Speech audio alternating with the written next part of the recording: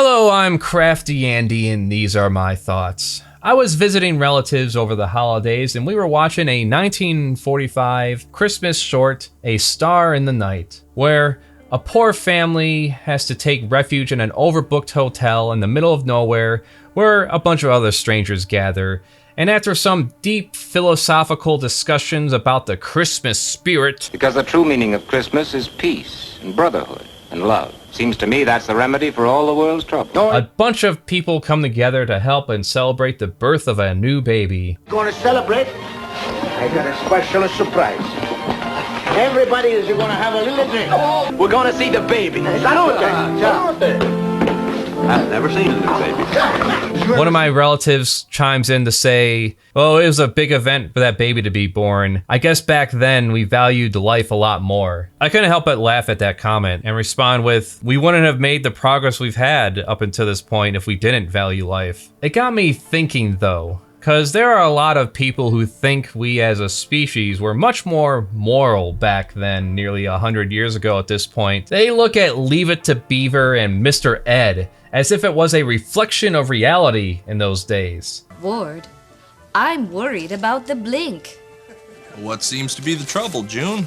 Today, I found 2 porn stars, a fifth of Jack Daniels, and a naked munchkin under their beds. I'm tired of hearing about this mythical time when we were supposedly united and got along and everybody cared for everybody else and blah blah fucking blah. With basic historical knowledge, I only want to briefly touch on the obvious stuff like the US's segregation policy, Japanese internment camps, or how about the Tuskegee Institute that has recorded the lynchings of 3,446 blacks and the lynchings of 1,297 whites, all of which occurred between 1882 and 1968. And those are only the documented ones. I can't imagine back then they kept good records on the black population. That guy seems really proud of himself here though, participating in the burning of another human being. Death wasn't even a mercy in most cases involving queer people. You gay? You trans? Or not following gender norms? Well, here's a little ice pick to the brain. That ought to cure you. If not, we'll just shame you into suicide. The good old-fashioned way of curing the gay. Are you a woman talking about some nonsense? Saying those black eyes aren't from being clumsy while washing dishes? Off to the insane asylum for you. Hereditary predisposition. Okay. Yes. Ill treatment by husband. Yes, of course. Your husband beat you. Oh, so now you get to this one. menstrual deranged.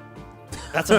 PMS was taken a lot more seriously back in the day. Mental excitement. Novel reading. Novel reading, dude. It's the government. I say the government. Just keeping it going. That's all. I thought it was the government for the people. Yeah, it's for the people, right? Who would people? The rich people. There was a lot of discourse around the Vietnam War in the 1970s, with the talks of the silent majority. Sound familiar?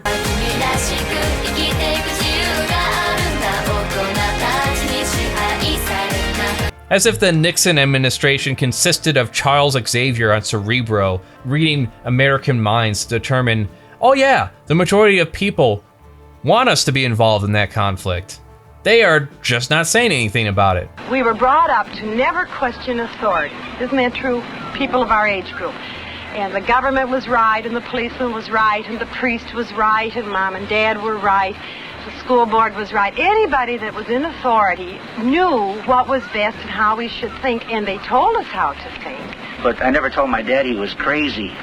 Shouldn't I let my government know that I think they're crazy? I think they are insane, really. This is an insane thing we're doing. The way that a lot of these crypto-fascists talk about the good old days and holding traditions and Western culture, you think that things like PTSD wasn't even a thing after World War I and II. Of course, back then, the term shell shock was juggled with battle fatigue, and you had famous commanders like George Patton threatening such people with court-martial instead of medical treatment. How about that recent Kellogg strike? A bunch of workers had to hold out for months before the corpos decided to negotiate a deal for increased wages and possible improved working conditions, showing up to block scabs and operations from continuing without them. Want to know what that might have looked like in the 1920s? Read up on the coal mining massacre of West Virginia. Imagine a strike leading to an armed resistance against the company you work for. A company that is willing to deploy privately owned planes to drop bleach and shrapnel bombs on your Union headquarters. I would argue the majority of people are fairly abhorrent when it comes to violence being committed on other human beings today. Take the near nationwide protests involving the murder of George Floyd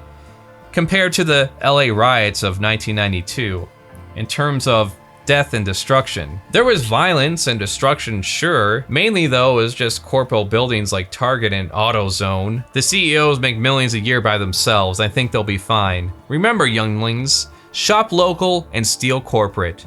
In Minecraft.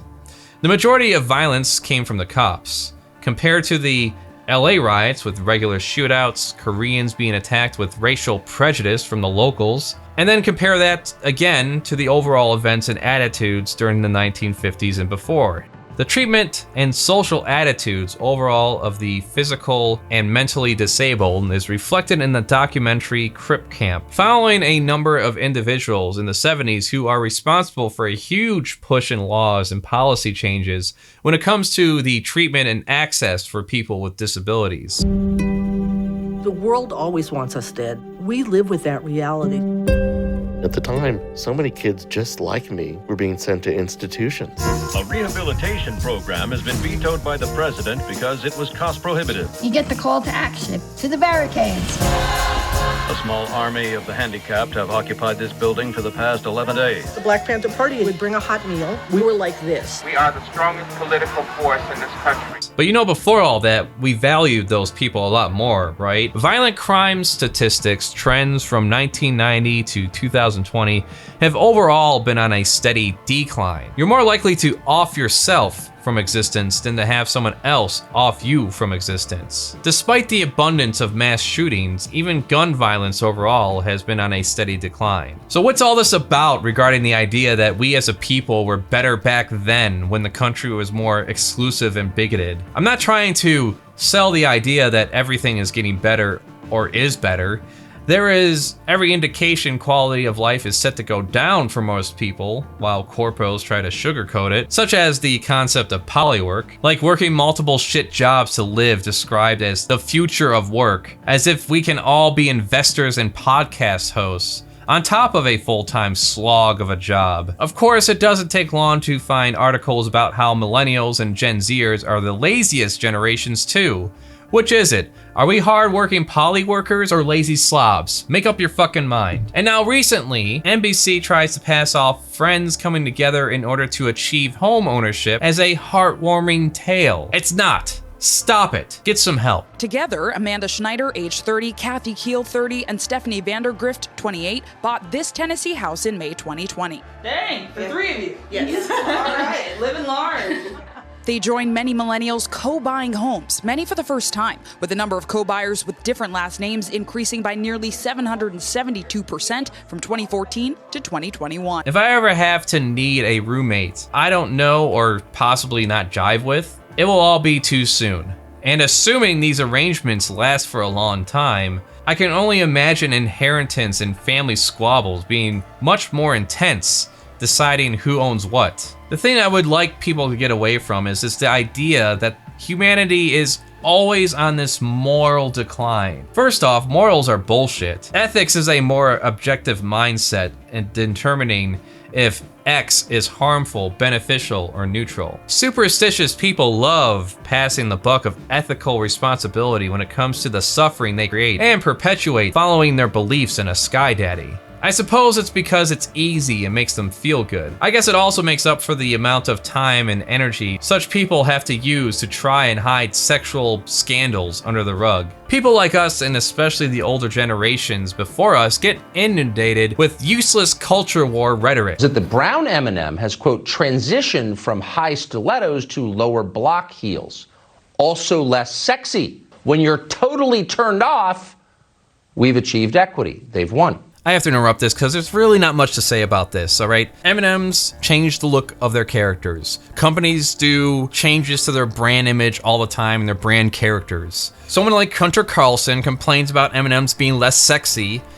Liberals go on television and make fun of him for being such a sensitive snowflake. I need to go back to Tucker Carlson wanting to have a drink with an M&M. Then I cringe because Nestle and all the other chocolate companies use child slaves to get their cocoa beans and chocolate. Just as true on the opposite side. Say they come out with even sexier versions of M&Ms. Hunter Carlson goes on TV and praises them.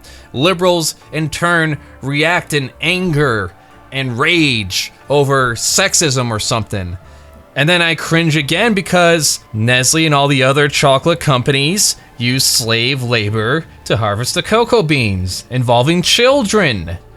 There, that's all I have to say about this non-issue. No one gives a shit. No one cares what a corporation does to their brand image, outside of like some surface level brief critique, and that's about it. No normal person gives a shit because they're trivial, meaningless. Especially since one's supposed to be a news organization and making you aware of actual events of consequence and social topics. Could we discuss maybe a policy change or a law or something? Something about, changing the system that we're in? Anything? All right, let's finish this bastard off. While the environment crumbles around us because of the perpetual machine seeking infinite growth and profits no matter the cost, we got corporate interest funding mouthpieces like Ben Shapiro and PragerU to tell people everything is fine and will be fine, and any attempts to critique the current state of things or improve things is communism and critical race theory. The oceans are starting to boil over?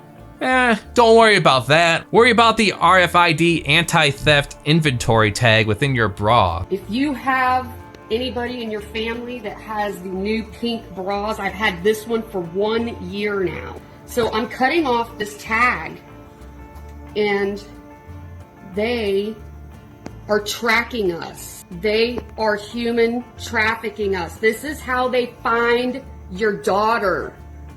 This, folks, look in the bras, get rid of this. This is a tracking device. It even has little numbers on it down here. They are tracking your children.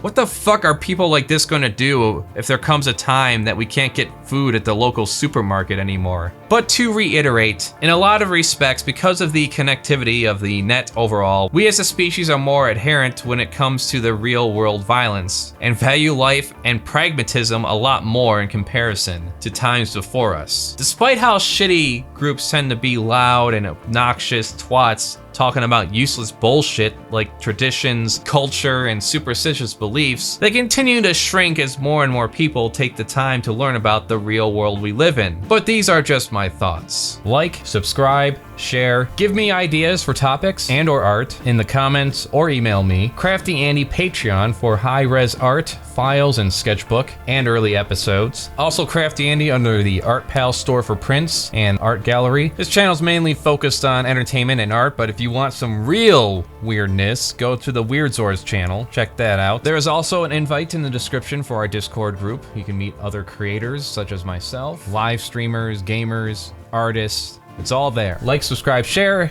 As I said, good day.